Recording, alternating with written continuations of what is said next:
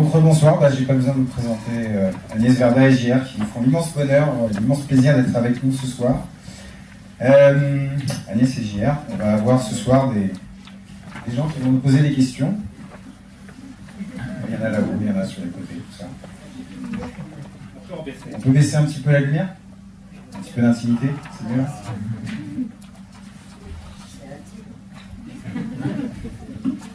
Et je suis sûr que les gens vont avoir plein de questions, mais en général, ils ont besoin un petit peu de réflexion. Non, même pas. Donc on a une première personne qui va nous poser une question. Si quelqu'un veut venir prendre le micro, parce que j'ai du mal à me déplacer ce soir, c'est sympa.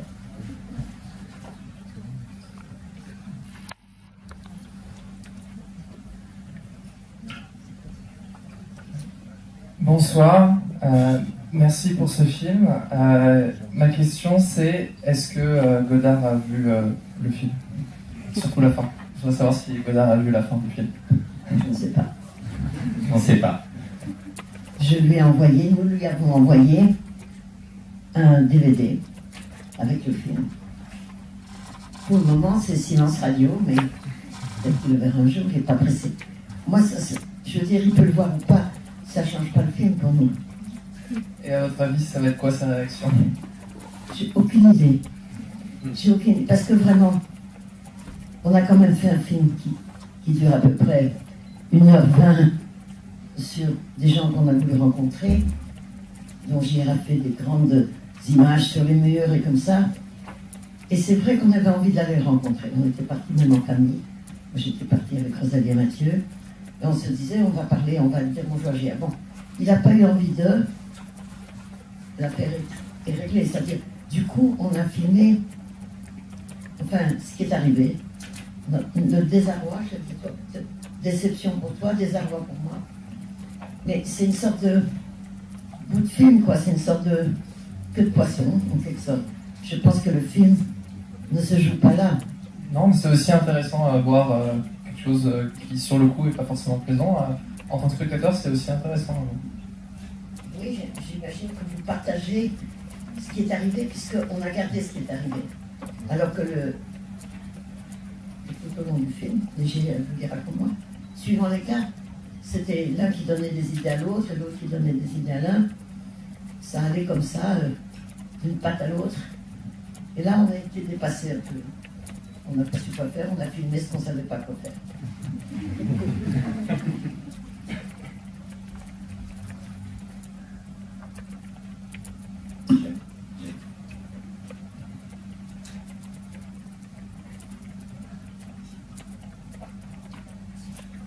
Bonjour. Moi, du coup, ma question est plutôt dirigée vers JR parce que dans le film, vous dites que c'est vous qui avez fait ça vers Agnès. Qu'est-ce que vous avez trouvé de commun dans vos travaux mutuels qui vous a donné envie de faire un film avec Agnès particulièrement? Je crois que ce que vous découvrez là comme film, ça va du début de notre rencontre, c'est-à-dire on a commencé à filmer vraiment le premier jour, enfin le deuxième quand elle est venue à mon atelier, donc le lendemain où je me suis rendu la voir au sien. Et en fait, le film on l'a fini qu'il y a 2 mois, et aujourd'hui on le présente, c'est une des premières projections à Paris, et en tout cas la première à laquelle on vient. Et donc c'est vraiment, vous êtes encore dans l'histoire de on apprend à se connaître, puisqu'on continue d'apprendre à se connaître, et on a appris à se connaître directement. C'est pas comme si on s'était rencontrés, on s'était bien aimés, on s'est dit un jour on fera un film. On s'est tout de suite jeté dedans. Il se trouve que je connaissais le travail d'Agnès, mais je connaissais les plages d'Agnès, des films comme ça plus connus d'elle, et quand c'est sa fille qui a suggéré qu'on se rencontre, une amie commune qui s'appelle Coralie nous a mis en contact par email, et voilà, moi je suis venu à l'atelier la voir, mais en me disant je vais rencontrer quelqu'un que j'admire, je vais apprendre à la connaître un peu plus, mais c'est tout, je vais peut-être la rencontrer 1 heure et je la reverrai plus jamais. Et il se trouve que ce jour-là, elle a accepté de venir le lendemain à mon atelier. Et puis en fait, après, on ne s'est plus quitté. Et on a eu envie de faire quelque chose. Mais ce film, c'est l'envie de faire quelque chose sans savoir exactement quoi. Donc au début, c'était un court-métrage. Après, peut-être un moyen. Puis un long ou pas. En fait, on avait juste envie de créer, de rester à créer ensemble, sans vraiment savoir où ça nous menait, si de filmer. Si, quand même, parce que on savait... Mais toi, t'es visionnaire, mais moi, je savais. On savait que, tu l'avais prouvé moi aussi, qu'on aimait rencontrer des gens, qu'on aimait les mettre en valeur. toi, des gens que tu as photographiés, tu les as avec le raccord mis sur les murs, mais tu as quelquefois fait des très grandes images, des quantités de gens dans des images. Et moi, j'ai fait, parmi mes films, des documentaires. Ah, t'avais fait des films avant, celui-là? C'est vrai comme ça tout le temps. Oui, j'avais fait des films avant. Et je peux les voir sur Internet? Est-ce que je peux les voir? Alors, commencez pas à parler d'Internet, parce que moi, je vais vous dire tout de suite. Vous êtes des blogueurs, un peu blagueurs, d'accord, mais j'ai tout à fait peur que vous n'ayez pas envie, vous-même, et les gens autour de vous, d'aller dans des cinémas. Là, je suis même étonnée que vous soyez dans une salle. Il n'y a personne, il y a 3 personnes au fond. Non, c'est-à-dire que c'est vrai que moi, j'ai vécu à un temps où il n'y avait que les cinémas. Il n'y avait même pas les DVD au début. Il n'y avait pas de voiture, rien dans la rue, que des cinémas. C'était comment, Agnès? Raconte-nous. Il va essayer de vous faire croire que j'ai connu la guerre de 14. Toutes les suivantes, oui. Non, ce qu'il y a, c'est que, pour répondre à votre question, ça s'est mis en route en connaissant ce que les autres faisaient. Moi, je connaissais ces livres, je connaissais ces images, j'avais vu des yeux, il a quand même tendance à mettre des yeux partout, donc il en avait mis sur les quais, il en avait dans ses livres, il y avait des images de yeux qu'il avait mis en Afrique, je ne sais pas où, au Kenya. Entre autres, ouais.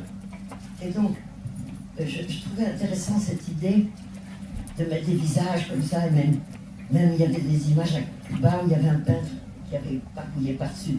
Et moi, j'avais fait un film il y a longtemps, en 1980, quand vous n'étiez pas né, sur les murales de la ville de Los Angeles. Ça m'avait fasciné qu'il y en ait partout sur tous les murs, et je trouvais formidable qu'on offre aux gens, sans payer, des images plus ou moins sophistiquées, ou des moches, ou des belles. Et donc, les gens qui s'expriment sur les murs, ça m'intéresse. Donc c'était naturellement intéressé par ce qu'il faisait. Et comme il connaissait un peu ce que je faisais, bon, c'est vrai qu'on s'est dit au début on va faire un court-métrage. Mais on a pris goût à la chose assez vite. Dès qu'on a fait un premier petit tour de piste, on s'est dit on va faire ça. Rencontrer des gens, parler avec eux, les écouter, les faire parler. Pas les questionner, mais proposer des conversations. Et puis, suivant les cas, j'ai trouvé l'occasion de faire une très grande image, ou faire plusieurs images, ou adapter le rapport qu'on a vu avec les gens avec ce que tu sais faire. Très bien. Il faut laisser une autre question. Mais on ne va pas faire que des questions. C'est ça. En fait, Q&A, c'est-à-dire question and answer. Et oui, c'est ça. Moi, je suis juste là pour traduire. Bonsoir. Bonsoir. Je me lève juste histoire que vous puissiez voir où je suis au départ. Et donc effectivement, je voulais d'abord vous remercier pour ce film qui était assez magnifique. C'est un très beau film de rencontre avant tout, et c'est ça qui est relativement beau avec. On partage avec vous ces rencontres un peu improvisées. Vous nous avez parlé du début du film, et en fait j'aimerais vous parler de la fin du film. Parce que je m'attendais presque à ce que ça continue, en fait. J'étais presque étonné que ça s'arrête ici. Et donc je me demandais qu'est-ce qui vous avait poussé à couper ici, si vous auriez voulu poursuivre peut-être dans un autre film plus tard. Qu'est-ce qui a mis fin en fait au film pour vous? Une bonne question. Déjà, je pense que au départ, moi je me rappelle, et c'est pour citer Agnès, on a dit oui, bon, on a commencé début juillet, non, mais on va faire ça, moi à partir de septembre, octobre, c'est fini, hein, j'ai d'autres chats à fouetter, faut que tu me lances sur les autres projets, etc. Et puis en décembre, on était encore, en janvier, en février, et ça a commencé à prendre beaucoup de temps. Et moi, ça m'allait très bien. Dès qu'on avait du temps tous les deux, on partait sur la route, on passait beaucoup de temps à manger des chouquettes chez elle, on réfléchissait. C'est vrai que beaucoup de fois, elle était, et moi j'étais très perdu, elle venait à New York, on en discutait, on a même des fois tourné des choses à New York, et puis après on regardait, on dit qu'est-ce que c'est nul. On a beaucoup réfléchi, on s'est beaucoup creusé, et puis c'est vrai que cette histoire de lunettes, ça l'agaçait beaucoup. Donc ça revenait souvent, et puis elle a trouvé cette photo d'elle et de Godard à 33 ans, longtemps après, ça m'a vraiment marqué. J'ai dit, ah oui d'accord, je comprends mieux pourquoi tu fais ce parallèle, parce que moi Godard, c'est pas un cinéma qui m'a énormément inspiré, parce que j'ai d'abord connu celui d'Agnès, donc bien sûr c'est un cinéma que je découvre maintenant, mais c'est pas ce qui m'a inspiré à être artiste, donc je suis pas de cette génération-là. Et donc j'aime apprendre à le découvrir, mais par contre, oui, le cinéma d'Agnès, c'était quelque chose qui m'avait beaucoup inspiré, son approche, sa manière de narrer, de faire des films comme ça. Et donc voilà, quand elle a décidé de m'emmener là-bas, on ne pouvait pas prévoir, ça se trouve, ça aurait été peut-être une séquence au milieu du film, parce que après tout se fait au montage, mais je pense qu'on ne s'attendait pas du tout à ça. Il y avait une chose dont on était un peu près sûr, moi je l'entendais dire il ouvre pas, je disais quand même, enfin, moi je m'en fous qu'il ouvre pas, mais c'est quand même son ami d'enfance, et ils ont vécu plein de choses, ça m'étonnerait qu'il ouvre pas, même s'il nous dit on peut pas filmer. Donc moi je n'avais pas trop de scénario, donc c'est vrai que j'étais un peu choqué comme ça quand ça s'est passé, mais j'étais encore plus choqué et en même temps très inspiré du fait que, imaginez, on était vraiment, tout ce qui est dans le film est vrai, c'est-à-dire qu'on avait vraiment rendez-vous à 9h30, on a vraiment été donc chez lui à 9h29, on était là, et donc imaginez-vous, à 9h35 en fait, ou 38, en fait cette séquence était finie. Donc on est parti au lac, donc il était 10h, et puis à 11h, 11h30, bon, on avait fini, mais on avait encore toute la journée. Moi je pensais que c'était un moment très poétique, très fort, mais bon, allez, maintenant, caméra à part, moi je reste près du lac, mais vous avez vécu des choses incroyables dans lui, revoyez-vous. Eh ben non, moi je trouve que le fait qu'il ne se soit pas revu, alors j'y ai repensé beaucoup après, je trouve ça, c'est mon interprétation, mais en tout cas, qu'il ait écrit ça sur la vitre, c'est dire, voilà, on a vécu ces moments les plus forts dans notre jeunesse que jamais on n'arrivera à égaler aujourd'hui, et plutôt que de se voir comme ça, comment tu vas ?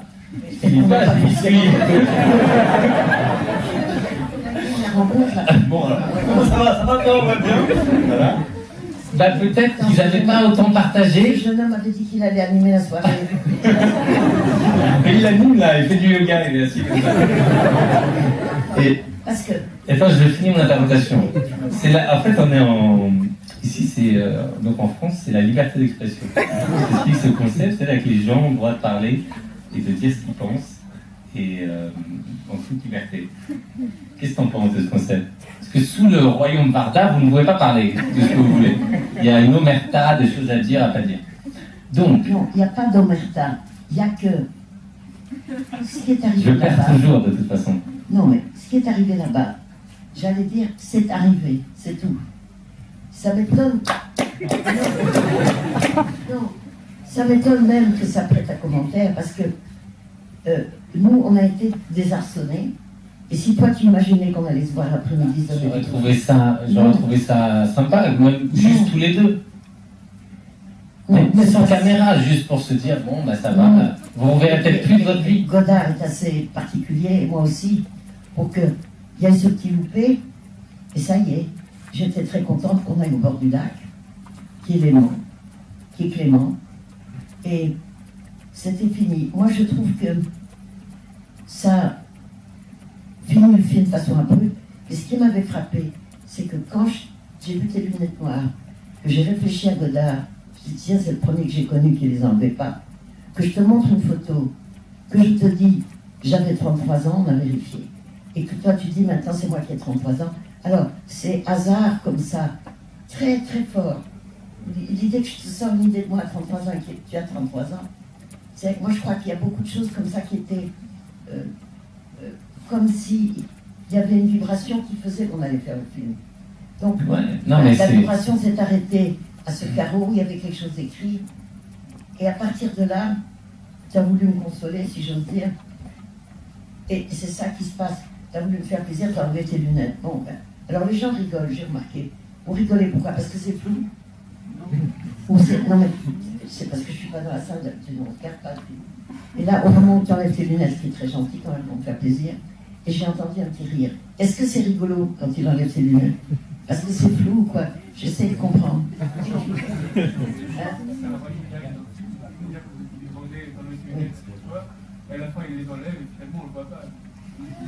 Parce qu'elle, là, quand elle revoit le film, il est encore plus flou que ce que vous voyez. Pour elle, est un blanc total. Non, mais ce que je trouve magnifique, moi, mais c'est comme l'interprétation, je trouve ça... C'est que vous vivez le cinéma. C'est-à-dire que si on avait voulu écrire cette scène, on l'aurait écrit, ça aurait été très fort, mais dans la vraie vie, après on va dire, c'est ça, merci pour cette scène, Jean-Luc, c'était super sympa, ça va me faire un truc super. Mais vous, dans la vraie vie, c'est la même chose, c'est-à-dire que le film, c'est du cinéma, ta vie, c'est du cinéma, la manière dont je communique avec lui, c'est du cinéma. Et moi, je trouve ça fascinant en tant que jeune artiste à vous regarder et en fait me rendre compte que pour vous, c'est votre vie. Vous avez toujours communiqué comme ça, de petits mots, de mots codés. Non, quand on se connaissait bien, on jouait aux cartes le dimanche. On jouait à un jeu, je ne sais même pas si ça existe encore, qui s'appelle le Bourguignon. C'est un jeu très très simpliste. Hein.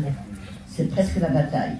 Mais avec Anna et Jean-Luc et moi, et Jacques Demy, on se voyait tous les dimanches, on jouait aux cartes. Bon, voilà. C'était une amitié très juvénile, si j'ose dire. Et on faisait nos films aussi particuliers. Demy que ceux de Demy, Godard et moi. Donc c'est pas... Et Anna joué. Donc je pense que c'est pas... J'y ai repensé parce qu'on a été replongé là-dedans. Mais il faut pas en faire une pendule, même une pendule suisse. Parce que ce n'est qu'une espèce d'accident qui est arrivé au projet. Le projet, c'était de rencontrer des gens, de les écouter, de faire des grandes choses, de les mettre en valeur. Et tout d'un coup, je dis, et si on allait voir Jean-Luc? Alors, voilà, comme on avait l'idée du train, comme il m'expédiait avec mes yeux, mes doigts de pied, il m'envoyait en voyage, je dis, ben, tiens, on va faire un autre voyage. Donc, ça a commencé simplement, on va aller voir Jean-Luc. Ben, on l'a pas vu, mais regardez tous les gens qu'on a rencontrés. Est-ce qu'il y en a qui vous ont plu plus que d'autres? Moi, je trouvais que les gens qu'on a rencontrés nous ont fait des cadeaux de dire tellement de choses intéressantes. Moi, je l'ai ressenti. Excusez-moi, c'est à vous qu'on avait posé la question, lesquels vous ont le plus marqué, justement. Vous m'avez volé ma question, en fait. Pourquoi Alors, allez-y, où est-ce qu'il y a la question? Bonsoir. Bonsoir. Déjà, merci pour ce film. Vous m'avez volé ma question, du coup, c'était ça. Est-ce que parmi toutes les rencontres que vous avez faites, il y en a une qui vous a le plus marqué? Vous n'aurez peut-être pas forcément le même avis, justement, mais... On n'a jamais le même avis. Oui, j'ai vu ça. Mais du coup, JR et Alice Varda, est-ce qu'il y a des rencontres qui vous ont plus marqué que d'autres? Non, dans le film, moi, elles m'ont toutes marqué, mais la vraie rencontre, parce que c'est marrant, et c'est quand on fait des interviews là ces jours-ci, on n'a pas le même point de vue du film. Moi, la rencontre d'Agnès est ma grande rencontre du film, en fait. Et donc, bien sûr qu'on est parti à travers la France à rencontrer plein de gens. C'était une aventure incroyable, certains qu'on connaissait, d'autres qu'on connaissait pas, d'autres qu'on se présentait l'un l'autre. Mais en vrai, il faut vraiment s'imaginer que tous collaborer en tant qu'artiste, c'est déjà très dur. Même sur un tableau, ou sur une œuvre, ou même de faire, je sais pas, quel que soit le travail que vous faites, de faire quelque chose vraiment avec quelqu'un, c'est déjà pas simple. Surtout dans l'art où il n'y a pas de règles, je veux dire, il n'y a pas une bonne manière ou une mauvaise manière de le faire. Donc de faire tout un film ensemble, bien sûr qu'on en a discuté, débattu. Alors moi je dis qu'on s'est même battu, mais elle dit non, on a juste parlé. Mais au début j'avais même pas le droit de la filmer, je me prenais des coups comme ça sur l'appareil. Elle était contre tout ce qui était réseaux sociaux, elle était contre Internet, et donc on a appris à se connaître, mais tout au long des voyages. Et en fait, on passait beaucoup de temps entre chaque prise, entre allez, qu'est-ce qu'on va faire, puis on va être plutôt dans ce village, dans celui-là, puis on aime bien tous les deux faire des siestes avant des siestes. On a vraiment appris à se connaître comme ça au fur et à mesure. Donc pour moi, cette rencontre... On te demande, quelle rencontre? C'est pas une rencontre du film? Ah oui. Bon, dans les personnages, qui sont non pas des personnages, mais des personnes qu'on a rencontrées, c'est impossible de dire une. D'ailleurs, moi, quand il faut choisir, quand on me dit lequel film tu préfères, j'en ai un, au moins deux ou trois. Parce que c'est pas en échelle de valeur plus ou moins. Mais plusieurs personnes rencontrées m'ont impressionné. Je dois dire, et on l'a mis au début du film parce qu'on a eu un choc avec elle, cette dame Janine, qui restait une des dernières maisons des Corons, qui ne voulait pas partir et qui savait qu'elle partirait, et qui vivait comme ça ses derniers moments dans cette maison, en parlant de son père qui était mineur, et tout ce qui a été évoqué fortement, même si c'est dans le passé, ce qui n'était pas notre projet de parler des vieux et des gens, mais c'est vrai qu'elle m'a beaucoup impressionné. Un autre qui m'a impressionné énormément, c'est cet homme qu'on a rencontré par hasard dans l'usine, qui était bien habillé, parce qu'il était venu boire un coup, parce que c'était le dernier jour où il était à l'usine. Le type qui part à la retraite le lendemain matin, et que là, il est pour son dernier jour à l'usine. Il m'a tellement impressionné avec ce très beau visage grave, et qui dit, de façon si calme, comme ça, qu'il a l'impression d'être au bord d'une falaise et qu'il va tomber. Il m'obsède un peu. Des fois, je pense à lui, je me dis, et comment il passe sa retraite maintenant? Est-ce qu'il est content? Est-ce qu'il s'est habitué et tout ça? Parce que pour nous, on a vraiment rencontré des personnes avec qui on a sympathisé, en tout cas dans du tournage, et qui comptent. Et il y en a, moi, il y a un qui n'est pas spectaculaire, mais que j'aime beaucoup, c'est cet agriculteur tout seul avec son ordinateur, et qui passe des mois à cultiver 800 hectares tout seul. Je me suis dit, non seulement l'agriculture a changé, tout a changé, mais est-ce qu'on peut imaginer faire un travail si dur, un travail agricole, juste tout seul avec un ordinateur? Donc, il y a des choses, c'est des situations qui m'ont frappé. J'aimais bien la dame qui défendait les cornes de ses chèvres aussi. Vraiment, ce sujet qui nous est tombé dessus, si je peux. Maintenant, vous ne pourrez plus voir des chèvres sans regarder les cornes. C'est vrai. J'espère que tous ne vont pas choisir cette situation de leur brûler les cornes pour qu'elles ne se battent pas et donc qu'elles produisent un petit peu plus de lait. C'est un truc qui m'a dégoûté, chaviré. Alors ça semble bizarre, est-ce qu'on va traverser la France pour rencontrer des chèvres? D'ailleurs, à un moment, on cherchait un titre. Et tu avais dit... Et pourquoi pas une chèvre? Moi, je voulais que le titre, je m'étais battu pour que le titre soit « Et pourquoi pas une chèvre ?» C'est quand même pas un documentaire animalier. Non, mais moi aussi, on vous disait des trucs bizarres, le pain d'alouette, des trucs. Et puis après, on s'est dit, on va dire un titre qui est un programme, voilà. Visage, village, tout est dit au fond. Vous n'avez pas besoin de voir le film. J'ai beaucoup de bêtises à la minute, oui. Dans le film, vous parliez d'une mise en abîme, c'est Agnès qui disait ça, qui parlait de mise en abîme. Bon, on a vu une séance de cinéma à l'aveugle sur quelqu'un qui met des yeux partout, mais qui ne montre jamais ses yeux. C'est rigolo. Il dit qu'il aime beaucoup le film, que c'est un documentaire, un de tes meilleurs documentaires de toute ta carrière. Et il trouve que tu devrais faire plus de films à duo comme ça. Attendez qu'il vous pèse un peu là.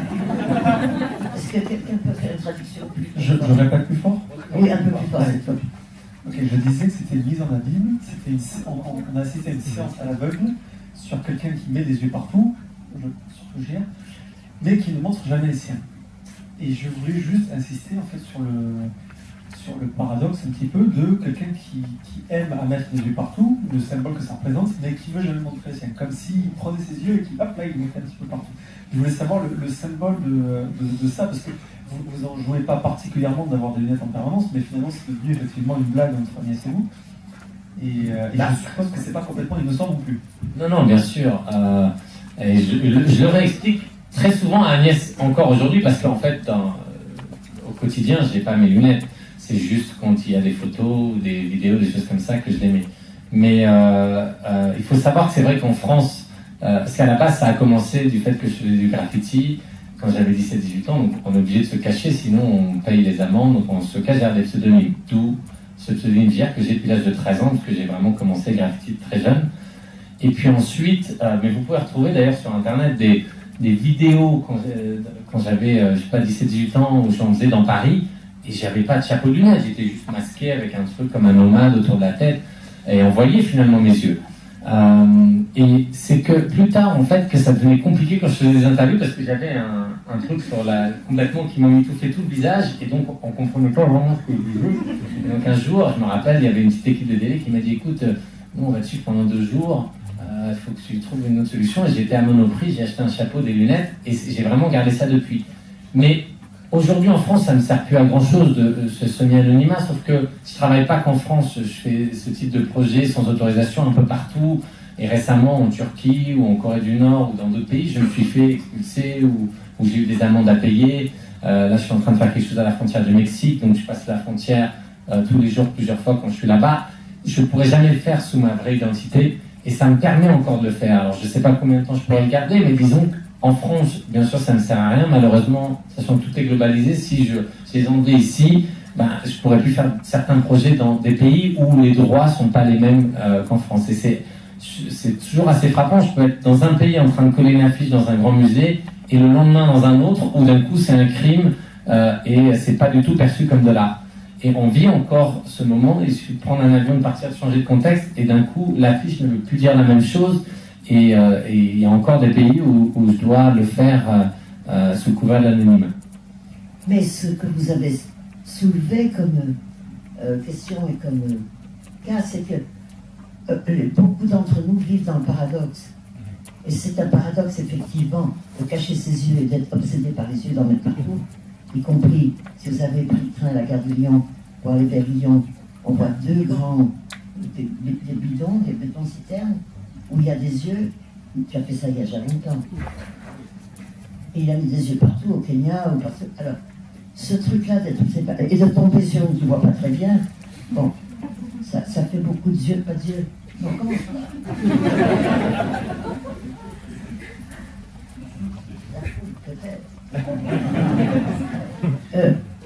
vous savez, le fait d'être artiste en soi est un paradoxe, parce que on veut en même temps, dans ce qu'on a fait, être modeste, mettre les gens en avant, les mettre en valeur, vraiment, c'est un projet sincère. Mais quand même, on est content, on est toujours un tout petit peu narcissique, quoi. Moi, je m'en veux, mais c'est un peu normal. On a envie de plaire, de faire des films qui plaisent aux gens et qui nous aiment. On veut tous être aimés. Moi, je trouve que c'est pas anormal de dire ça. Pas n'importe comment, mais quand on fait un film, on a envie que les gens l'aiment. Non, et puis, en fait, mes yeux, Agnès les voit souvent. Moi, je les montre tous les gens que j'ai photographiés. D'ailleurs, dans beaucoup des contextes où j'ai été, en fait, peu importe si j'ai des lunettes, un chapeau ou pas, je suis complètement inconnu puisque je change de pays dans des endroits où on ne me connaît pas du tout. Donc, quand je travaillais dans des favelas, par exemple, je travaillais sans chapeau, sans lunettes, en collé tous les jours. Et en fait, les journalistes ne pouvant pas monter de toute façon, il n'y avait pas de photos qui étaient prises là-haut. Donc, tous les gens ont toujours vu mon visage, ils ne se sont jamais posé la question. C'est plus un rapport avec l'image, mais c'est un très bon... je veux dire, c'est marrant que je me sois retrouvé à mettre des yeux alors que je cache les miens, mais je les cachais bien avant de commencer à mettre des yeux. Il se trouve qu'avant, j'écrivais. Pour le coup, j'ai vraiment commencé à écrire juste JR partout, ce qui est un peu... voilà, c'est du graffiti. Le concept du graffiti, c'est de marquer son nom partout. Puis j'ai fini par écrire, en fait, le nom des autres sur les murs à travers la photo. Et à plus signer, puisque aucun des tirages, des collages, des trucs n'est signé. Donc en fait, tout ce que je mets dans la rue, de la chèvre aux yeux dont tu parlais, il n'y a jamais rien écrit, donc la plupart des gens ne savent même pas qui c'est. Et ça, c'est aussi quelque chose, tout le travail dans la rue est gratuit, il n'a pas de copyright, n'importe qui peut en faire des photos, il n'y a jamais de marque, jamais de sponsor, jamais de financement d'entreprise, donc c'est toujours, c'est quelque chose que je tiens depuis le départ et que je continue à faire comme ça et que j'impose sur tous les projets que je fais. Et aujourd'hui, n'importe quelle expo au musée ou autre, on vous demande de prendre un sponsor ou de travailler avec une marque. Et voilà, c'est un autre combat que je mène en parallèle de ça. Et je le fais aussi par respect pour les gens que j'ai photographiés et collés, parce que eux n'ont pas décidé de participer à ce projet pour vendre du dentifrice ou des petits pulls ou des petites écharpes de grand-mère. Attends, c'est notre question. C'est ce que j'ai. Une mini question du coup. Oui. C'était pour Agnès du coup, et je me disais, il y a beaucoup de réalisateurs, quand on leur pose la question, le cinéma pour eux c'est l'art du flou. C'est l'art du flou. L'art du flou. C'est savoir détourer ces personnages pour les faire ressortir sur le flou. Je veux savoir juste pour Agnès si cette vision qu'elle avait et que vous avez reproduit à l'image, si c'était apaisant ou si elle vit dans un film ou comment ça marche. Quelle drôle d'idée de croire que c'était l'art du flou. Il y a quand même beaucoup de cinéastes qui cherchent non seulement le net, mais le extra-net avec des profondeurs de champ. Rappelez-vous les plans de Orson Welles, on voit juste le plafond, des grands angles. Bon, regardez William Klein qui fait des trucs comme ça avec des 28, tout ça. Je crois que chaque cinéaste, comme chaque photographe d'ailleurs, choisit ce qu'il veut faire, flou, net, comme ça. Là, c'est-à-dire que j'ai plus tellement le choix, non pas dans les photographies que je fais, parce que là, de toute façon, je prends toujours des appareils avec focus automatique, donc je m'en fiche que moi je vois le cadre et je fais la photo. Sauf que dans la poissonnerie, tu as été obligé de m'aider un peu parce que j'étais pas vraiment... Enfin, la poissonnerie raconte bien notre collaboration, c'est-à-dire que elle cadrait et prenait la photo, mais je faisais en sorte que le poisson soit bien dans le cadre et bien net. Et donc finalement, c'était un peu ça le film, à chaque fois de décider du cadre ensemble. et de que je vérifie le point. Ça, pour le coup, c'est quelque chose que je vérifie personnellement. Mais par contre, de tout discuter du sens. Et là où on s'entendait bien, finalement, c'est pendant les interviews. Ça se faisait de manière très fluide. Et au montage, où là, c'est plutôt le royaume d'Agnès. Et ça, c'est quelque chose vraiment où j'ai beaucoup appris, moi, avec elle, de la manière dont raconter l'histoire, de narrer aussi. J'avais jamais fait ça, de voix off comme ça. Donc c'est un peu. Tu as raison, parce que raconter l'histoire, c'est un film où il n'y a pas d'histoire. Il n'y a pas de suspense, il n'y a pas d'action, on peut dire tout ça. Il n'y a pas de conflit, il n'y a pas un seul fusil, il n'y a même pas un revolver, comme dans le nombre de films où il y a de la violence. Et c'était, est-ce qu'on peut on prend par la main et vous dire, on va voir ces gens-là, puis on va voir ces gens-là, on prend le camion, on prend pas le camion, on marche. C'était une difficulté de faire un montage fluide de ça. Mais pour répondre à la question, est-ce que c'est mieux maintenant? Ben, je vois une salle qui est floue. Ça ne me dérange pas, mais effectivement, si on se rencontre 5 minutes après, je ne peux pas dire que je vous ai vu. Mais c'est pas mal de voir flou. Mais ça m'embête, par exemple, les génériques, là j'étais un petit peu loin, je ne peux absolument pas voir qui avait fait le film. Non. Je veux dire, je ne sais pas, je m'habitue très bien à ça. Je ne suis pas du tout aveugle et je ne suis pas en train de me promener avec une canne blanche. J'ai sucré les fraises. Pas encore.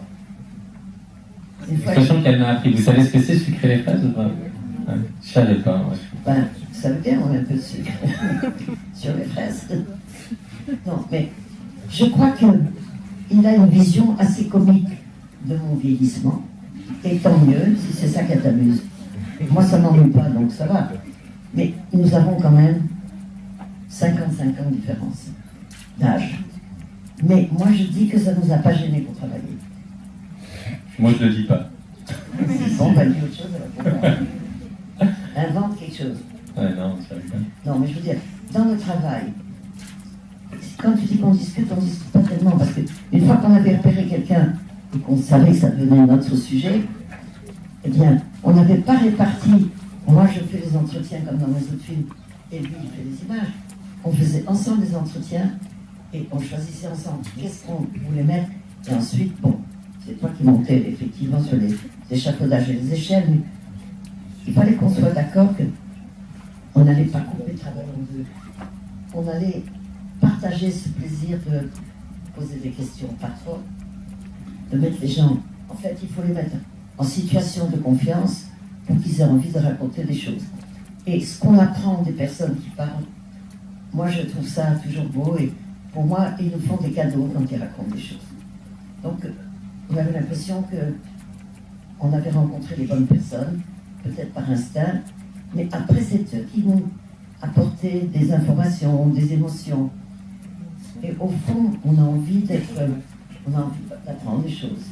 C'est vrai, on a blagué avec ça, mais on a appris des choses sur les cornes des chèvres.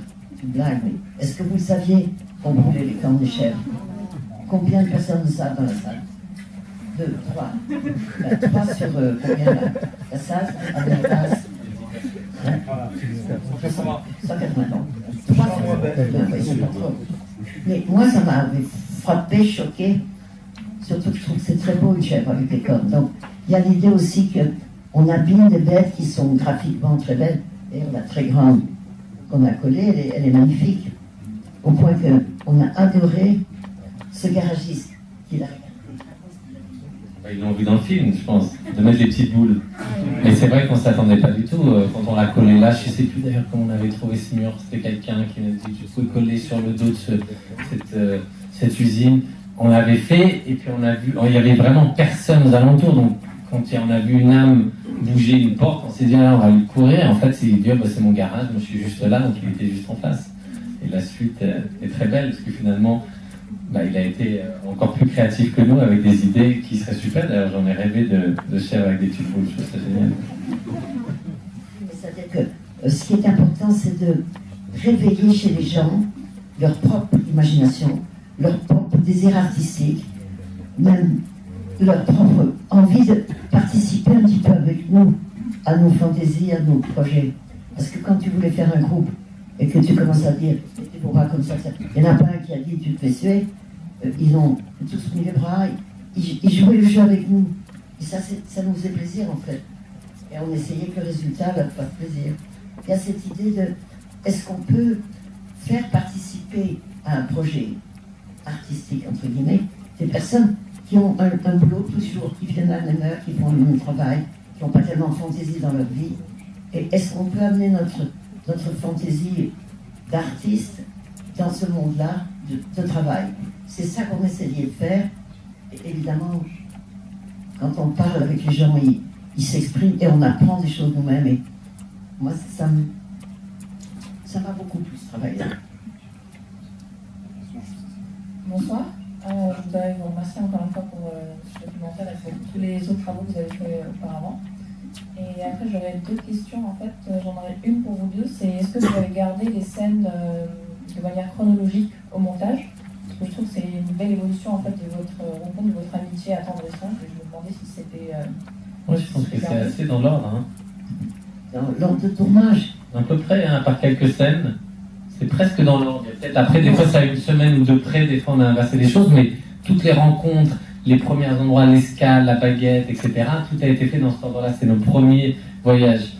Mais après, on a dû peut-être mettre le nord un peu avant, quand on retourne dans le sud. Il y a eu quand même quelques petits changements dans le centre du film. Oui, dans notre travail commun, j'ai pas trouvé d'évolution. On a tout de suite marqué que c'est ça qu'on voulait faire. Même dès qu'on a commencé. Par contre, on a fait des progrès. Moi, c'est ce que j'ai senti. Quand on a fait les scènes d'Ariane, là où on avait ce village, là où on avait collé toutes les photos sur le mur, on trouvait que c'était un petit peu ennuyeux. Et après, ça s'est épaissi. Par exemple, quand on a été dans ce village abandonné, un assistant nous avait dit il y a un village qui était commencé à construire, qui a été interrompu. Il nous a fait des photos. J'ai dit c'est formidable, on va aller là. Là, on a décidé de le réanimer et on a envoyé une fille une semaine avant pour qu'elle aille faire un tour dans tous les villages d'alentour en leur disant tel samedi, on sera là avec le camion, on vous fera un pique-nique et tout ça. Et là, je trouvais qu'on était au bout du truc, c'est-à-dire il n'y a rien, il y a des ruines, on invite des gens qu'on ne connaît pas, on leur propose des petites choses à manger très bonnes, on leur demande de faire des photographies, de les découper eux-mêmes, de les mettre sur les murs, de créer des fausses familles comme ça. C'était presque un jeu. On mettait un petit vieux au milieu et puis des enfants, on lui mettait des faux enfants. Et eux-mêmes, ils ont joué à ça. Moi, je trouvais que c'était vraiment ce qu'on pouvait faire de mieux. Passer une journée avec des gens qui étaient contents. C'était comme de dire, eh bien, voilà, une journée ensemble. Ceux-là, on les connaissait pas, on n'a pas tellement fait d'entretien. C'était une journée ensemble, et après on est reparti. On était comme un cirque, je me suis dit. Un cirque qui arrive et fait son petit spectacle, à part que c'était eux-mêmes le spectacle. Et ça, c'était un truc qu'on voulait faire. Parce qu'après, on est parti, et en fait, ils ont démoli depuis. Donc, en plus, c'est comme s'il y avait eu une dernière animation dans cet endroit. Ils n'ont pas envoyé de photos d'ailleurs, mais je vais bien voir quand c'est tout plat. Je veux dire qu'on arrivait à faire quelque chose qui était en même temps notre projet, et qui montrait à quel point tout est éphémère. Le pire d'éphémère, c'est quand même le bunker, qui était si grand, si dur à coller, si magnifique, et que la mer a... Pas dur pour toi, n'est-ce pas? Tu veux dire 4 fois que je monte pas aux échelles ou quoi? Non, je te demandais. Et ta deuxième question? En fait, ma deuxième question, c'est dans vos travaux, vous mettez toujours en fait les autres en avant. Et je trouve que c'est un peu votre manière de faire et de vous mettre aussi en avant, en fait, de parler de vous. Et je me demandais si à un moment vous pensiez peut-être faire une œuvre un peu, un autoportrait en fait, et de nous permettre de nous rapprocher de vous, comme là vous nous permettez de nous rapprocher des autres. C'est une bonne question. Dans ce film, je pense que j'ai donné plus que j'ai jamais donné, donc c'était un peu notre combat avec Agnès. Mais après... Moi j'ai déjà fait un film qui était soi-disant sur les autres, mais était quand même un peu un autoportrait, qui s'appelait Les plages d'Agnès. Si vous ne l'avez pas vu, c'est pas bien. Ah non, attention, elle pose des questions. Si vous lui parlez après, elle va vous demander si vous avez vu un film de 1920 qu'elle a fait avec un rouleau de pellicule de 4 mm. Moi, je me fais engueuler tous les jours. Je dis toujours que j'ai vu, et après, vous posez une question si vous vous rappelez de la scène. Alors faites gaffe. Ben, quand on est devant du public, tu fais le malin, mais c'est pas vrai. C'est pas vrai, parce que évidemment, j'ai envie qu'on ait vu le film. Mais c'est normal. C'est pas, j'ai pas fait des films pour les cacher. Donc je suis contente quand les gens les ont vus. S'ils en ont vu deux, bien, s'ils en ont vu quatre, encore mieux, etc. Donc j'ai fait une sorte d'autoportrait qui s'appelait Les plages d'Agnès. Et là, je trouve que je lâche beaucoup de choses pour ce jeune homme curieux. Il lâche pas grand-chose. Et maintenant, je suis plus jeune que toi, ça va passer moins à lâcher. oui, t'as moi aussi, mais tu m'as prêté ta grand-mère quand même, qui était bien ça. Mais c'est tout ce qu'il a dit d'intime, hein, parce que pour le reste de l'intimité, zéro. Hein. Bon, c'est comme ça. On s'est accepté comme on était quand même, l'un et l'autre. Plus ou moins, toi tu m'as plus ou moins accepté. Si tu fais les questions et les réponses. Bonsoir. Bonsoir. Je voulais vous remercier tous les deux d'être présents et vous remercier du film. Moi, j'ai vraiment vécu comme subi une déclaration d'amour à la France, à l'être humain, à la vie, de façon globale. Je voulais savoir, par rapport justement à votre engagement dans un film, qui est comment créer du lien, comment reconnecter les humains, tout ça aussi. Quel est votre avis sur les réseaux sociaux? Quel est votre avis sur les réseaux sociaux? Tu sais, le truc où tu t'es mis il y a quelques semaines. Il m'a tellement embêté que j'ai créé un Instagram. Mais la première heure. Et je me suis arrêtée parce que faut que je fasse des photos. Pour moi, les réseaux sociaux, c'est une formidable manière de raconter ce qui se passe dans le réel. Mais le réel est extrêmement important. Et donc, dans ce que je fais au quotidien, le collage, etc., et ce que j'invite les gens à faire, c'est toujours la majorité de mon travail, en fait, elle implique un acte physique vraiment, c'est-à-dire prendre de la colle, coller, c'est accessible à tout le monde, c'est même gratuit pour tout le monde. On envoie des affiches à qui veut dans le monde et ce gratuitement. Et ensuite, les gens décident ou non de le partager à travers les réseaux sociaux. Et au final, moi, à chaque fois que je reparle avec des personnes qui ont participé à un de ces projets, ils vont jamais me raconter la manière dont ils ont posté une photo superbe et tout. Ils vont raconter ce qu'ils ont vécu en rencontrant quelqu'un qu'ils ne connaissaient pas. Et en fait, tout ce truc de faire des grandes photos, mais avec une manière assez archaïque, au lieu de prendre une grande bâche et de mettre 4 piquets, on va faire des centaines de bandes de papier qu'il faut coller. Ça oblige à avoir des fois des dizaines, des fois des centaines de gens, des volontaires, des gens qui passent par là, quelqu'un qui prête l'échelle, d'autres son seau. Et en fait, ce qu'on en retient à la fin de la journée, c'est ce vrai lien. Mais on est obligé de passer par tout ça aujourd'hui pour créer du lien. Je trouve ça assez fou, parce que les gens ont l'impression d'être connectés grâce aux réseaux sociaux. Et en fait, il y a quelque chose qui manque en nous, qui est énorme, qui est ce vrai lien physique. Donc pour moi, tous les projets, je les pense comme ça. Et Agnès, elle a fait toute sa vie là-dessus. Tous ces films, ça a été... Non, parce que je suis pas d'une génération qui faisait ça. Bon, tu n'as jamais fait dans les années 60, tu vas me dire que tu n'as jamais posté une photo sur Instagram quand tu avais 18 ans, un selfie, dans ta salle de bain, ou au réveil. Et c'est au point que je vois les gens qui prennent les nouvelles des postes de télévision sur leur petit appareil. Et moi, j'ouvre la télévision en vrai. Non, tu l'allumes. Parce que si tu l'ouvres, c'est très compliqué dedans, il y a une technologie incroyable. Non, mais par contre, elle s'est mise sur Instagram, et je ne sais pas si vous avez vu son post, qui était sur quelqu'un qui coule. C'était son dernier post, je regarderai. Et moi, elle ne l'a pas fait avec moi, donc elle a vraiment fait toute seule. Et c'était extrêmement touchant, parce qu'il y avait des goudrons qui étaient ils sont en train de refaire sa rue. Et ils étaient en train de mettre du goudron chaud comme ça, donc ça coulait. Et en fait, elle a mis un petit... pour rentrer. Oui, et ensuite elle s'est mise de l'intérieur, et on voit une image de Jacques Demy, et c'est le jour de l'anniversaire de sa mort, et elle dit aujourd'hui, comment tu l'as dit? Mon cœur est comme du goudron, c'est ça? J'ai le cœur en goudron. J'ai le cœur en goudron. Tu vas pas raconter ma vie intime. Bah attends, mais c'est écrit sur les réseaux sociaux, c'est ça le concept. Maintenant, il ça. En tout cas, ce qui se passe avec les réseaux sociaux est assez extraordinaire. Oui, dis-nous. Une communauté de gens qui se parlent partout. Mais est-ce que ça vous suffit? C'est ça. Est-ce que ça vous suffit d'avoir des nouvelles par des gens que vous ne connaissez pas au bout du monde? Ça vous fait plaisir de les connaître? Et puis vous les rencontrez en vrai des fois ou pas? Moi j'ai peur que ce soit comme des fantômes. Comme des fantômes. Ce soir, c'est Une partie des gens qui sont là, Agnès, sont des gens qui font partie d'un réseau social.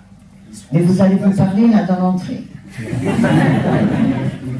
Non, je blague, je blague. C'est évidemment une nouvelle façon de fonctionner et de communiquer, en effet. Je crois qu'on ne peut pas être tout à fait seul si on passe 3 heures par jour avec... Non, mais moi, je l'ai vraiment lié à mon travail depuis le départ. En 2001, j'avais un site internet et chaque jour, je mettais une photo, la photo du jour. Et ensuite, je me suis mis très tard à Facebook. Enfin, d'ailleurs, je me suis jamais vraiment mis à Facebook. Je me suis mis surtout à Instagram. Je me suis mis très tard. Mais par contre, quand je l'ai découvert, c'est incroyable ce que ça me sert quand j'arrive dans une ville et que je colle sur un mur. Il y a toujours quelqu'un qui habite l'immeuble en face et qui a un point de vue dessus, qui m'écrit. Pas parce que cette personne me suit, mais parce que quelqu'un lui a dit « Tiens, regarde, peut-être que là, il est en train de coller en face de chez toi ». Et ça m'a donné des accès incroyables dans les villes. Quand j'arrive, ou des fois on arrive dans une ville, est-ce qu'il y a quelqu'un dans telle ville, est-ce qu'il y a un appel à projet, et on gère beaucoup de choses comme ça. On fait des groupes de personnes qui se retrouvent au fin fond du monde, et je dois dire que c'est un outil incroyable. C'est en plein là-dedans, c'est pas compliqué. Oui, c'est ce que je dis. Non, par contre, j'ai essayé de filmer Agnès au début, et je vous assure que c'était compliqué. Non, mais il voulait me filmer comme ça toute la journée. Oui. J'avais l'attention que tu me poussais, tu me dérangeais un petit peu. Alors, j'ai aimé le travail qu'on a fait. Absolument. Et j'ai quand même accepté de faire un Instagram parce que pendant 2 ans, tu m'en as parlé quand même. Je suis bonne fille. Ouais. Alors, j'en fais pas beaucoup. Ah non. Et vous n'allez pas me convaincre complètement que même si je suis comme une petite veuve seule des dimanches entiers, je ne vais pas passer ma vie sur les réseaux, je suis désolée. Je vais ouvrir un livre d'art, et quelquefois des livres qui ont été faits après des grandes expositions. Tout d'un coup, il y a une exposition Hockney, j'ai des très beaux livres. Je tourne les pages tout doucement, et je me régale, je me régale. Je trouve que c'est pas la même chose que d'être dans le bouillonnement de tous les gens qui vont sur le... Mais par contre, quand je mets une photo du film ou de notre projet et que je fais une faute d'orthographe, ou que j'écris mal quelque chose, j'ai 8 messages d'Agnès qui me disent non, c'est pas comme ça, il faut rajouter ça, rajoute un guillemet après le titre, mets le titre en anglais, mets le titre français. L'orthographe, c'est très beau. C'est une politesse de ne pas faire de faute d'orthographe. C'est un autre réseau. C'est le réseau des gens qui aiment bien écrire comme il faut. Quand je vois qu'ils disent c'est bien aimé, c'est la lettre C. Ok. Et des gamins, moi j'ai des enfants et des petits-fils et des petits-enfants. Cette espèce de charabia, quand même compréhensible. Mais moi je vous dis une belle phrase, bien écrite avec un S, quand il faut mettre un. Et pas. Je vais travailler. Et accent aigu, non. Agnès m'a appris un truc génial. Depuis, je fais plus faute d'orthographe, c'est la dictée. Ça, c'est incroyable. Agnès dit, fait tous ces messages comme ça en dictée, je te rappelle, ouais, monsieur Siri. Et maintenant, je fais pareil et je lui envoie des longs Ah, messages. mais tu n'as pas compris que monsieur Siri, qui est moitié éduqué, fait des fautes. Donc tu dis qu'à monsieur Siri, et après tu recommences et tu corriges. Tu sais dire. Ah ouais, non, ça, je peux pas le faire, ça. Je peux pas laisser. Je trouve que c'est gentil. Non, C'est non, gentil mais pour les je autres. sais que tu me comprendras. Je sais pas. Enfin, on est sorti du Il débat. y a un anniversaire, mais Agnès, elle répondra avec. Un ami. Tu poses beaucoup de questions, toi. Bonsoir, merci pour ce film. Moi j'ai une question un peu bête. Ah bah c'est... En fait, je trouve que ce que vous avez fait, c'est des œuvres d'art. Et que quand les personnes vont voir ce film, vont vouloir aller sur les lieux pour voir ce que vous avez fait. Et ce que j'aimerais savoir, c'est est-ce que dans le temps, ça va durer? Parce que vous avez fait un passage où vous êtes au bord de la mer, et quand la marée est montée, ça a disparu. Donc je trouve que c'est dommage que toutes ces œuvres vont disparaître avec le temps, en fait. Bah, en fait, c'est la base même de ce type de collage, c'est qu'il soit éphémère. Et en même temps, c'est tout le paradoxe, c'est qu'à chaque fois qu'on demande un mur, la première chose que la personne demande, c'est « vous n'allez pas m'abîmer mon mur ». Donc on dit « non, c'est extrêmement éphémère, on va le faire avec une colle qui n'abîme rien ». Elle dit « ok, très bien ». Sauf qu'une fois que c'est mis, souvent les gens disent « bah maintenant j'aimerais bien le garder ». Sauf que on ne peut pas, des fois pour des raisons de coût, mais même en vrai, c'est pas fait pour rester indéfiniment. Et il y a cette magie du fait que quand c'était là, à Beaulieu par exemple, c'est vrai que maintenant vous le découvrez dans le film, ça y est peut-être plus. Il reste des bouts de Facteur. Je pense que le Facteur, je l'ai encore vu. Il y a des gens qui le postent et souvent je le vois. Mais sinon, la plupart partent. et il y en a qui n'existent plus du tout, comme celui sur le bunker. Mais au moment où il y avait un bouche à oreille dans le village où tout le monde venait, les gens d'autres villages, etc. Et il y a des choses, moi je veux dire, pour avoir fait des trucs au Proche-Orient qui étaient extrêmement médiatisés, les gens le voyaient dans le journal ou sur les réseaux sociaux, alors que c'était à 2 km de chez eux, n'allaient pas le voir. Et c'est arrivé même pour la pyramide à Paris ou pour d'autres choses comme ça, où au final, on pense que... Mais en fait, même si tous ces collages, je disais qu'ils étaient encore là 3 semaines, est-ce que vous iriez à travers toute la France pour les voir? C'est pas sûr. Et en même temps, le fait qu'ils soient plus là, c'est poétique. Peut-être que vous repasserez devant un de ces murs dans 1 an et vous direz, tiens, je vois encore ce facteur. Parce que les gens qui sont dans le village le voient encore, même s'il n'est plus là, parce qu'ils l'ont tellement vu et ils l'ont vu tomber en décrépitude comme ça. Donc, il y a un côté qu'on aime bien, de ne pas imposer nos images aux gens. On l'a filmé. On l'a filmé. C'est vrai. Dans le film. Donc on le voit avant qu'il soit tout cassé. Ouais. Donc, c'est ce que je disais, il y a le paradoxe. On parle tout le temps d'éphémère, mais quand on photographie avant que ça s'en aille, on sait, en tout cas, jusqu'à ce que nos pellicules se désagrègent, pour le moment, il y a des choses, il y a des souvenirs. Pour les voir en vrai, il y a un endroit où vous pouvez aller, c'est à Montfermeil. Ah oui. Il vient de faire une chose formidable, une énorme fresque de 35 mètres. 36. Où il a... Il n'y a pas 35. 36. Merci de me réduire. Il y a des fois des choses qu'il faut voir au moment où ça se passe. Les films, il faut aussi les voir au moment où ils sortent, parce que je signale qu'on est dans un monde terriblement cruel pour le cinéma, parce que chaque vendredi, chaque mercredi, il y a à peu près 18 films qui sortent. Même si vous allez 2 fois au cinéma par semaine, ce qui est rare, vous savez que vous verrez 2 films sur les 18 qui sortent. Vous en jetez 16. Que le mercredi suivant, il y en a 18 nouveaux, que de nouveau vous en jetez 16. C'est-à-dire qu'il y a très peu de films qui arrivent à survivre dans cette multitude de films. Donc c'est vrai que, autant moi j'ai pas peur du tout de faire des films, de les monter, de les présenter comme ça, mais quand on arrive à la sortie avec cette loi du marché qui est horrible, moi, alors là j'ai la panique, est-ce que les gens, à partir du mercredi 28 juillet, est-ce qu'il y en a qui vont aller dans 28 juin? Ils vont tous se réveiller le 28 juillet et le film ne sera déjà plus là. Trop tard, c'est déjà sur tous les réseaux sociaux. Ah non, fin juin. Et je veux dire, moi c'est... La dernière fois, tu as quand même dit, le film sort le 28 juin 1917. Je voulais dire 2017. Oui. En tout cas, on blague avec les erreurs de mots, mais moi j'ai du souci pour la sortie du film. Oui, vous avez une mission. Non mais eux, ils sont déjà venus. Poussez les gens que vous connaissez d'aller le voir en salle. Mettez pas trop de choses sur votre réseau. Poussez-les vers le cinéma. C'est pas bien ça. Tout ce que tu dis est bien. Ça devrait être comme ça, gravé sur des petites gourmettes et qu'on se met autour du poignet, autour du cou, des petits bracelets. Vous avez vu qu'il n'a pas beaucoup de considération pour ce que je dis. Mais ensemble, moi je suis fière qu'on ait réussi à travailler plutôt intelligemment, alors qu'on déconne quand même la plupart du temps, et que les gens qu'on vous a fait rencontrer, il y en a qui vous ont plu, même si vous êtes déconcertés par la fin du film, nous aussi. Alors on a ça en commun. On avait qui pourrait donner la parole un peu aux gens en haut, et ça à son micro. Moi j'avais une question rapide, est-ce que les gens il y a une scène, on l'a pas gardée dans le marché. Tu sais, quand on a trouvé le petit cadre, à un moment on a trouvé un cadre. Bon, il se trouve que on cherchait aussi un fond pour le photomaton, et on est tous les deux, on se balade, on cherche un drap. Tu te rappelles de ça, non? Et la dame, elle dit, excusez-moi monsieur, mais elle ressemble à quelqu'un que je connais, cette dame. Je dis, ah bon, non, je sais pas. Je dis, mamie, viens, regarde la dame, elle dit, tu ressembles à quelqu'un. Ah là aussi, mais attendez madame, vous ressemblez à quelqu'un. C'est quelqu'un qui fait du cinéma, Tarda, ou quelqu'un. Je dis, ah oui, j'ai vu à la télévision, madame Tarda, elle fait des films incroyables. Oui, mais, tu vois mamie, tu devrais regarder la télévision. Il y a des gens qui font des choses incroyables à leur âge. Et on est parti, et elle avait toujours pas su, donc on a, je sais plus pourquoi je disais ça.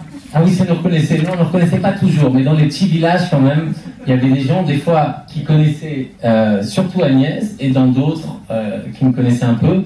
Mais en fait, quand on débarquait dans des coins, quand on était dans l'usine, la plupart venaient nous voir et disaient, vous savez, nous, on ne connaît pas du tout, on a entendu parler des films d'Agnès, mais on ne les a pas non plus vus, on ne connaît pas votre travail, on ne va pas sur le musée. Et nous, en fait, c'est encore mieux, parce que d'un coup, quand ils voient les petits poissons se coller au truc, ils ont un rapport direct avec... Et moi, c'est une des raisons pour lesquelles je pars aussi loin dans le monde, essayer d'aller dans des endroits où, justement, quand je colle quelque chose dans une rue, à Monrovia ou Liberia, toute la rue s'arrête parce que les gens essaient de comprendre ce que c'est, ce que ça veut dire, ce que ça signifie, quel est le but du projet. Et c'est pas les mêmes discussions que j'ai là-bas que j'ai souvent à Paris. On me demande qui va nettoyer ça, qu'est-ce qui paye pour ça, est-ce que c'est nos impôts. On n'a pas les mêmes débats. Donc c'est quand on tourne parfois, et qu'on tourne sur un trottoir, et, comme ça, et qu'il y a quelqu'un qui passe et qu'on dit excusez-moi, est-ce que vous voulez bien vous arrêter quelque temps qu'on puisse le temps de faire. Mais quand même, le trottoir arrêté, moi je paye mes impôts. Je l'ai entendu très très souvent ça. Comme si il y avait tout un une rage contre les gens qui veulent créer quelque chose, changer la vie. Donc on n'est pas toujours tout à fait dans le droit chemin, mais après je trouve que le contre-coup, moi je connais des gens qui me reconnaissent dans la rue et qui me parlent. Moi ce qui me fait toujours plaisir, c'est qu'ils me disent jamais bravo, ils me disent toujours merci. C'est plutôt sympathique. Alors continuez. Vous êtes invité à me dire merci. Et pas bravo. Encore une question là-haut. Alors, pour le film, et je voulais que vous nous expliquiez la collaboration avec M et la référence que sur l'affiche. Ah oui. Bah, la collaboration avec M, c'est un ami commun et c'est un ami de son fils Mathieu et moi c'est un ami. Donc ça s'est fait assez naturellement. Il est venu un jour, il a composé quelques notes comme ça, mais au tout début, au moment où même nous on ne savait pas où on allait, elle m'a dit que c'était désastreux, horrible et inécoutable. Non, avec des mots un peu plus sophistiqués. Et puis finalement, ça a donné une collaboration incroyable parce que il est revenu, on a refait, et puis on a passé beaucoup de temps au studio, et c'est une des plus belles BO. Il est rentré dans le film tout doucement. Ah, bien sûr, mais parce que nous aussi on découvrait en même temps. Et donc parce qu'il a fait des choses très spectaculaires, et là on lui demandait de rentrer d'une façon douce et modeste dans le film. T'as été dur avec lui quand même. Non, pas du tout, parce qu'il aimait beaucoup, demande-lui. Il a beaucoup aimé que, quelquefois, en parlant des séquences, il essaye des choses, et qu'on dise essaye autre chose. Et en fait, ce qu'il a amené, c'est de la douceur. Et je trouve que c'est pas ce qu'on attend de lui d'habitude, parce qu'il était assez fringant et baroque. Et là, il a amené de la douceur, il a amené, surtout à la fin, il a amené de la mélancolie. Et on a besoin de mélancolie. On ne peut pas faire poum poum tata, ça va bien, quoi. La référence au Beatles, quand on l'a fait quand il y avait le wagon. On n'est pas 4 garçons dans le vent. On est 2 personnes dans le calme. Non? Si, c'est vrai. Mais assis-toi, t'es debout depuis tout à l'heure, tu serais bien assis. Cette méchanceté est tout à fait superficielle. Ce n'est pas un mauvais garçon. Merci de me défendre, Agnès. Merci en tout cas. Merci à tous. Attention. Merci à vous.